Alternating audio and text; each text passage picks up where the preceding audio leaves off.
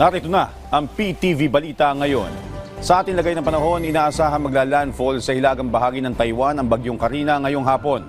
Ayon sa Pag-asa, lalabas ng PAR o Philippine Area of Responsibility ang bagyo at nasa bahagi na ito ng Taiwan bukas July 25. Huling namataan ng bagyo sa layong 270 kilometro, hilagang silangan ng Itbayat, Batanes. Taglay nito ang lakas ng hangin na 155 kilometers per hour, malapit sa gitna at pagbugso ng hangin na aabot sa 190 kilometers per hour.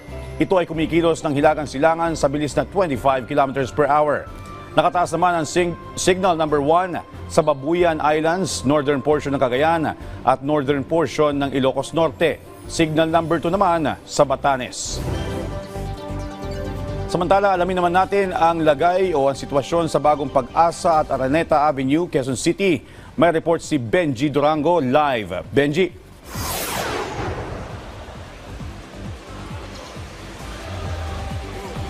Joshua, kaliwat ka ng baha ang nararanasan ngayon dito sa Quezon City dahil naman sa tuloy-tuloy na pag-ulan na dala nitong si Bagyong Karina.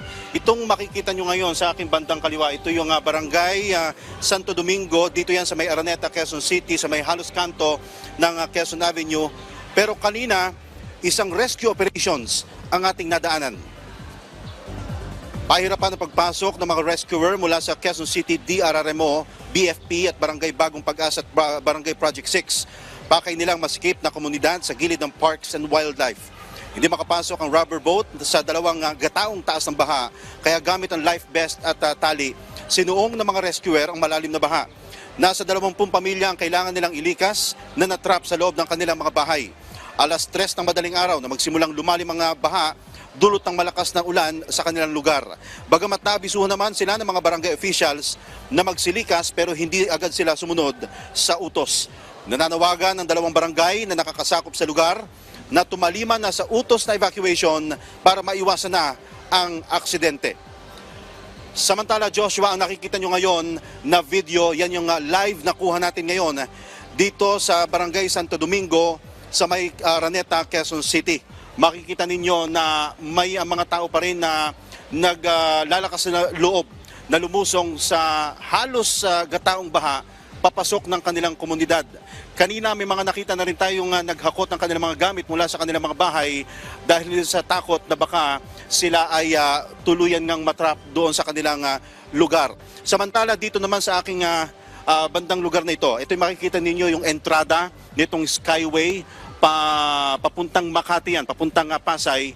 Hindi rin madaanan ng mga sasakyan dahil na rin sa napakalalim na baha. Kanina meron nag-attempt dyan na isang bus pero hindi rin tumuloy dahil hindi kakayanin. Aabutin ang kanyang makina, kaya naman umatras na lamang siya at wala nang pinaparaan ngayon na mga sasakyan. Dito naman sa aking bandang kanan, makikita ninyo na naipon na mga debris, baha pa rin. Pinasok na nga itong gusali na yan ng baha, ng tubig baha.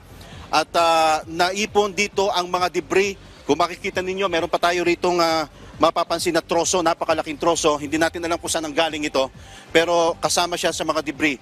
Sa may banda roon naman, makikita natin yung mga residente sa lugar na yan na hindi na rin makalabas ng kanilang lugar. Yung mga sasakyan na ipon, hindi rin makatawid, nag-aantay sa pagbaba nitong tubig baha dito sa Araneta. Samantala, pinasok na rin ng mga rescuer ang mga lugar na yan para iligtas ang mga residente. Balik sa iyo, Joshua. Maraming salamat, Benji Durango.